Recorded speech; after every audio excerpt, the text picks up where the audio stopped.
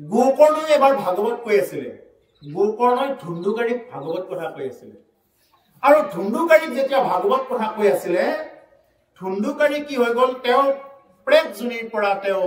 একদম দিব্য ৰূপ পালে বৈকুণ্ঠত যাবৰ কাৰণে তেওঁ সাজু হল কিন্তু অন্যান্য বিলাকে তেওঁ কি কৰিব নোৱাৰিলে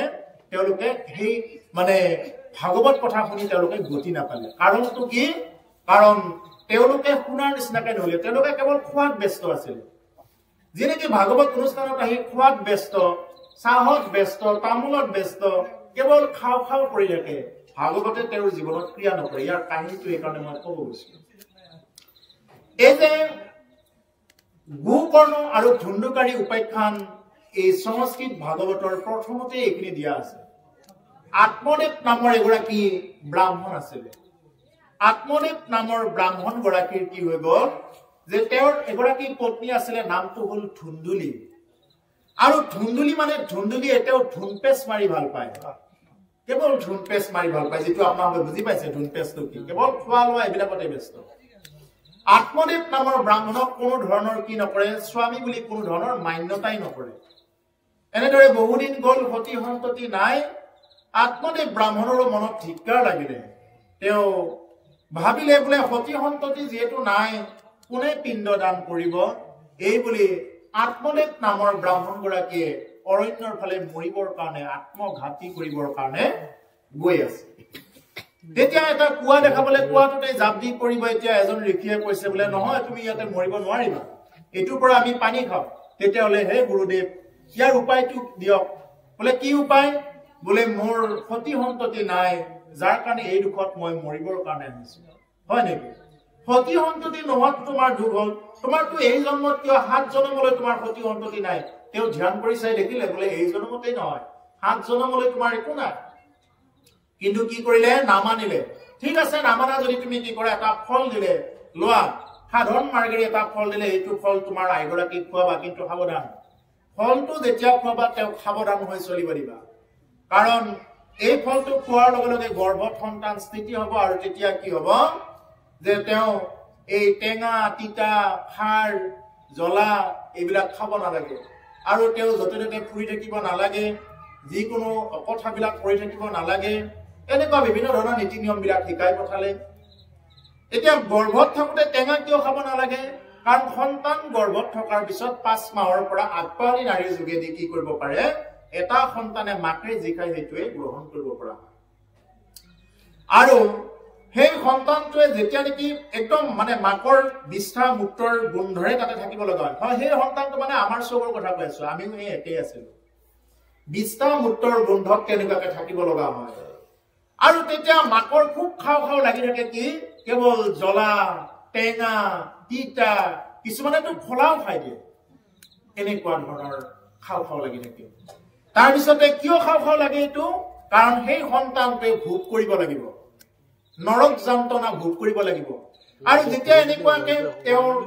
গাৰ একদম যিবিলাক নেকি কোমল ছাল এই কোমল ছাল বিলাকত সেইবিলাক জ্বলা টেঙা খাৰৰ যিবিলাক নেকি সাত বিলাক লাগি জ্বলা পৰা আৰম্ভ কৰি দিয়ে তেতিয়া তেওঁৰ আগৰ জনমলৈ মনত পৰে মই কি ভুল কৰিলো যাৰ কাৰণে পুনৰূপী জনমম পুনৰূপী মৰণম পুনৰূপী জননী জঠৰে শয়নম পুনৰবাৰ জননীৰ জঠৰাগ্নিত প্ৰৱেশ কৰিব লগা হল এইটো সেই সন্তানটোৱে গম পায় অৰ্থাৎ আমি গম পাই আহিছো আৰু জননীৰ গৰ্ভত থাকি আমি ঈশ্বৰক প্ৰাৰ্থনা কৰো যদি কোনোবা ভগৱান আছা মোক উদ্ধাৰ কৰা মই ইয়াৰ পৰা গৈ কেৱল তোমাকেই পূজা কৰিম তোমাকে সেৱা কৰিম হে কোনোবা যদি ভগৱান আছা এই গৰ্ভৰ ভিতৰত দেখা দিয়া আৰু তেতিয়া ভগৱন্ত পুৰুষে দেখা দি কি কৰে তেওঁ প্ৰকৃতি বায়ুৰ সহায়ত ভূমিষ্ঠ কৰাই দিয়ে অৰ্থাৎ আমাক দিলে ভূমিষ্ঠ কৰে দিয়াৰ লগে লগে অলপ আগত যিজন ঈশ্বৰক দেখা পাই আহিছিলো সেইজন ঈশ্বৰ ক'ত গ'ল কাহা কাহা ক'ত গ'ল সেইকাৰণে সন্তানে জন্ম পায়ে এই কথাষাৰ কয় কাহা কাহা ক'ত গ'ল এই যে মই অলপ আগত যে দেখা পাই আহিছিলো এই যে গৰ্ভৰ ভিতৰত দেখা পাই আহিছিলো মোক যিয়ে নেকি এতে বাহিৰ কৰাই দিলে আৰু মাকে সেইদিনা ক'লে বাপা নাই নাই একো নাই বাপা এই দুনিয়াত একো নাই যি লেংটা হৈ আহিছিলি লেংটা হৈ যাব লাগিব একো নাই এই দুনিয়া মাকে সেইদিনা সঁচা কথাষাৰে কৈ দিয়ে গতিকে যি কি নহওক প্ৰভুসকল এই সন্তান গৰ্ভত থকা অৱস্থাত যেতিয়া নেকি মাকে টেঙা খাৰ তিতা এইবিলাক খাই দিলে সন্তানে মনে মনে চিন্তা কৰে ৰ বেটি মই ওলাই গৈ যিটো মোক জ্বালা দিছা ভিতৰত ময়ো ওলাই গৈ জ্বালাটো দিম আৰু সেইকাৰণে মোবাইল লাগে বুলি যে এইবিলাক ভাঙি দিয়ে নহয় বেৰা চেৰা ভাঙি দিয়ে বাইক লাগে বাইক নহলে একদম কিবা কিবি ভাঙি চিঙি দিয়ে এইবিলাক যে আহে সন্তানবিলাক কিয় আহে এইবিলাক চিন্তা কৰিলে ওলাব কথাখিনি কি কাৰণত স্থিতি দিয়াৰ গৰ্ভত স্থিতি কৰাৰ সময় আছে সময় যদি বাহিৰত যদি কোনোবাই স্থিতি কৰিব যায় তেনেকুৱাই পাব তেওঁ যিয়ে নহওক যোনেই নহওক তেনেকুৱাই পাব কিছুমানক যে যিমান টিউচন দিলেও যে মাথা মূৰত একো নোহোমায় কিয় নোহোমায় কাৰণ সেইবিলাক হ'ল মানে সময়মতে তেওঁলোকে স্থিতি লোৱা নাই যাৰ কাৰণত তেনেকুৱা হয় আৰু সময়মতে স্থিতি ল'লে তেওঁ দুখীয়াই হওক কথা নাই অকণমান চালে তেওঁৰ মনত ৰ'ব এই হ'ল স্মৃতি শক্তি প্ৰখৰ হৈ আহে সেইকাৰণে একমাত্ৰ ভাগৱত শাস্ত্ৰ ভাগৱতে আমাক এই সিদ্ধান্তবিলাক দি থৈ দিছে কেনেকে কি কৰিলে কি সন্তান আহে যি কি নহওক প্ৰভুসকল যেতিয়া নেকি এই ফলটো দিলে তেতিয়া এই ধুন্দুলিয়ে ভাবিলে বোলে এই ফলটো যদি মই খাই দিওঁ মই এতিয়া ক'তো ওলাব নোৱাৰিম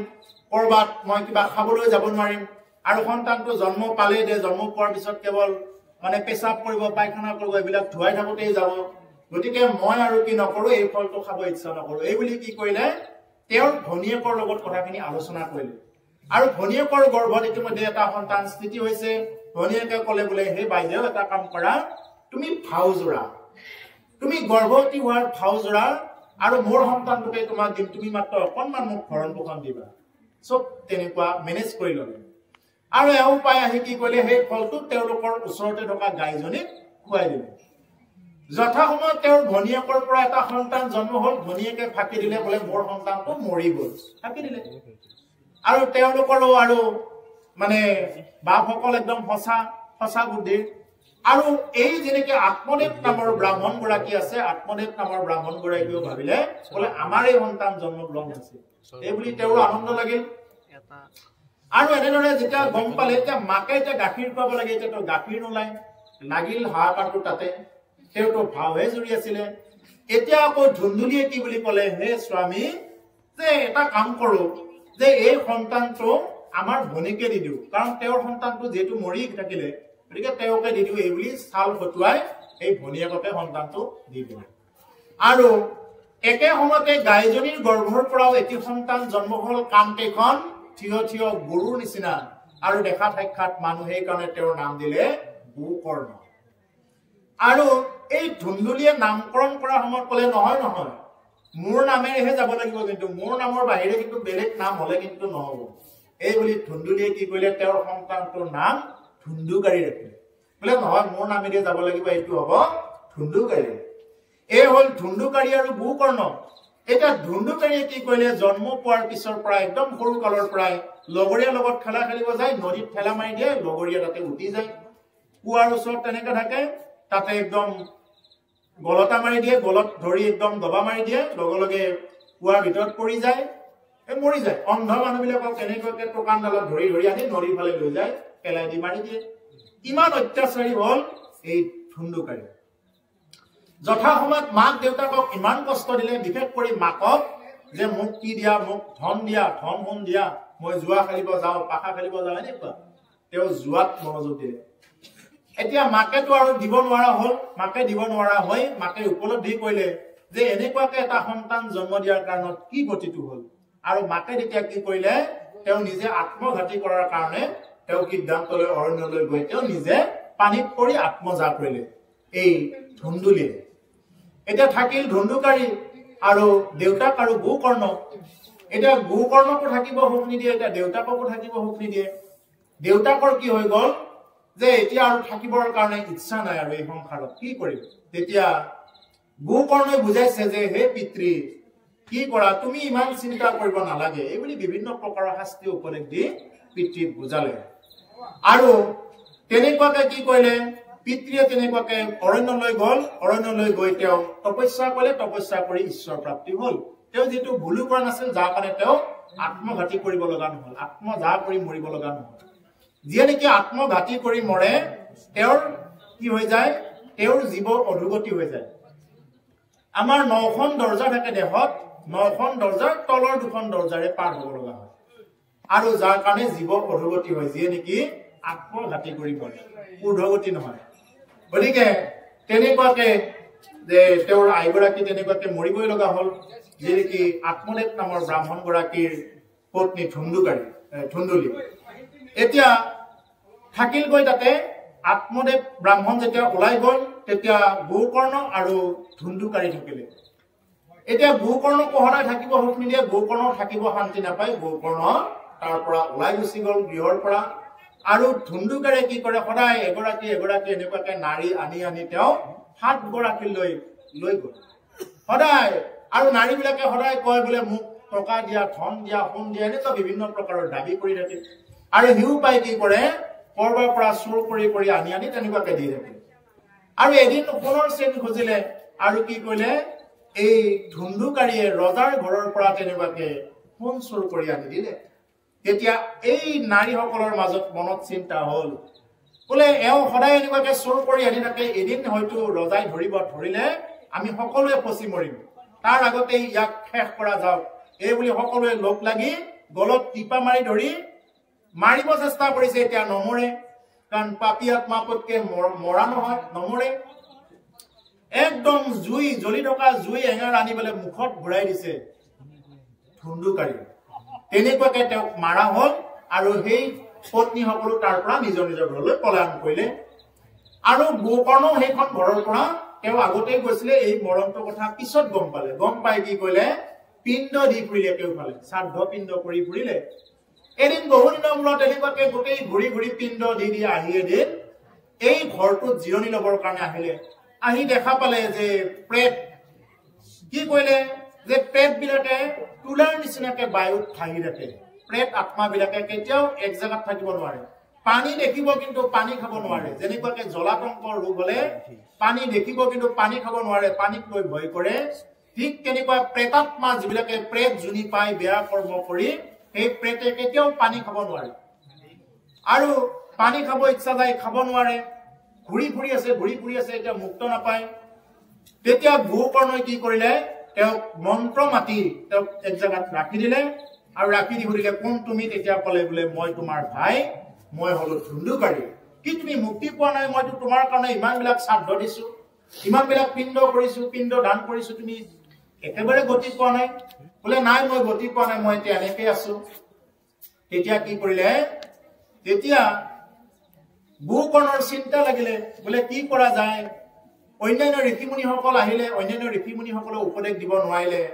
আৰু তেতিয়া কি কৰিলে, সূৰ্যদেৱক আহ্বান কৰিলে গোকৰ্ণই, বোলে হে সূৰ্যদেৱ, এতিয়া মই কি কৰো? তেতিয়া সূৰ্যদেৱে ক'লে, তুমি 7 দিন ভাগৱত কথা শুনোৱা, তেতিয়াহে কি হব, এই ধুন্দুকাৰীৰ আত্মাই প্ৰেতৰ পৰা মুক্তি পাব। তুমি 7 দিন ভাগৱত পাঠ কৰা। আৰু তেতিয়া কি কৰিলে, গোকৰ্ণই ধুন্দুকাৰীক এডাল 7টা পাত থকা বাঁহ এডালত এনেকে ৰাখি দিলে। আৰু সেই এটা ফুটাৰে এই ধুন্দুকাৰীক তেনেকুৱাকে ভৰাই দিলে। আৰু ধুন্দুকাৰীৰ পেট আত্মাটো ভৰাই দি সদায় ভাগৱত কথা কৈ আছে। আৰু ভাগৱত কথা শুনিব অনেক লোক আহিছে। প্ৰথম দিনা কৈছে, বিৰতিৰ পিছত এটা পাত ফাটি গল। দ্বিতীয় দিনা কৈছে, দ্বিতীয়টো পাত ফাটি গল। তৃতীয় দিনা কৈছে, তৃতীয়টো, এনেকে 4, 5, 6, 7 নম্বৰ পাতটো ফাটি যেতিয়া যিদিনা গল, লগে লগে ধুন্দুকাৰী কি হৈ গল, এজন একদম হাইলাক বৈকুণ্ঠত যাব লগা, একদম যি নেকি ৰূপৰ বৰ্ণনা কৰে, পীতবস্ত্ৰ পৰিধান কৰা, এনেকুৱা এটা ৰূপ লৈ কি কৰিলে, মানে ধুন্দুকাৰী গোকৰ্ণৰ সন্মুখত সাক্ষাৎ প্ৰকট হল। আৰু লগে লগে কি হৈ গল, বৈকুণ্ঠত যাব লগা বিমানো আহি ৰেডি। গোকৰ্ণই কি কৰিলে, দেখা পালে যে ধুন্দুকাৰীক উঠাই ললে বিমানত। বিমানখন ৰাখিছে, ৰবা গোকৰ্ণই ৰাখিছে। বোলে এই যে ভাগৱত কথা আমি যে একেলগে ইমান বিলাকক কলো, মইতো কাকো কৃপণালী কৰা নাই, চবেতো একে নিচিনাকে শুনি আছে, আৰু মইতো একে নিচিনাকে কৈ আছো, কি কাৰণত এওঁৰ কাৰণে বিমান আহিলে, বাকী বিলাকৰ কাৰণত কিয় নাই? তেতিয়া উত্তৰটো দিলে কি, যে যি নেকি ধুন্দুকাৰীয়ে ভাগৱত কথা শুনিছে, তেওঁ একটু পানীও খোৱা নাই, যাৰ কাৰণে তেওঁ গতি পালে। সেইকাৰণে হে গুৰুদেৱ, আৰু 6 মাহ মানৰ পিছত তুমি ভাগৱত কথা আয়োজন কৰা। আয়োজন কৰি কি কৰিবা, তুমি তেনেকুৱাকে আকৌ শুনোৱা, তেতিয়াহলে আকৌ পুনৰ গতি পাব। এই বুলি 6 মাহ পিছত আকৌ পুনৰ তেনেকুৱাকে নিয়ম ৰাখি একদম নিৰামিষ আহাৰ ভক্ষণ কৰি তেওঁলোকে বিভিন্ন প্ৰকাৰৰ নীতি নিয়মত সংযমত থাকি তেওঁলোকে আকৌ পুনৰ আৰম্ভ কৰিলে। আৰম্ভ কৰোঁতে সেই 6 মাহ পিছত পুনৰ বাকী অন্যান্য জীৱ জন্তুবিলাকৰ লগতে সেই শুনি থকা চবৰ কাৰণে এখন এখন বিমান আহিলে আৰু চবেই বৈকুণ্ঠলৈ যাত্ৰা কৰিব পাৰিলে আৰু সেইদিনা গোকৰ্ণই কি কৰিলে তেওঁ নিজেই ভগৱানৰ লগত একদম বিলীন হৈ গ'ল এই হ'ল গোকৰ্ণ আৰু ধুন্দুকাৰী উপাখ্যান সেইকাৰণে ভাগৱত পাঠৰ ইমানেই মাহাত্য যে প্ৰেত আত্মাও কোনোবা থাকিলে কি হৈ যাব পাৰে প্ৰেত আত্মাও গতি পাব পাৰে মুক্তি পাব পাৰে এই হ'ল ভাগৱত কথা সেইকাৰণে হে প্ৰভুসকল যি নেকি ভাগৱত কথা আমি কোনো ইয়াত যাতে আমাৰ কেৱল ৰুচিটো আমাৰ জিভাক যাতে আমি ৰুচি দিবৰ কাৰণে চেষ্টা নকৰোঁ নহলে জিভাখোৰৰ ধৰ্মই হ'ল কেৱল বহিৰ্মুখী আমি বহিৰ্মুখী ইন্দ্ৰিয়ক আমি অন্তৰ্মুখী কৰি ল'ব লাগে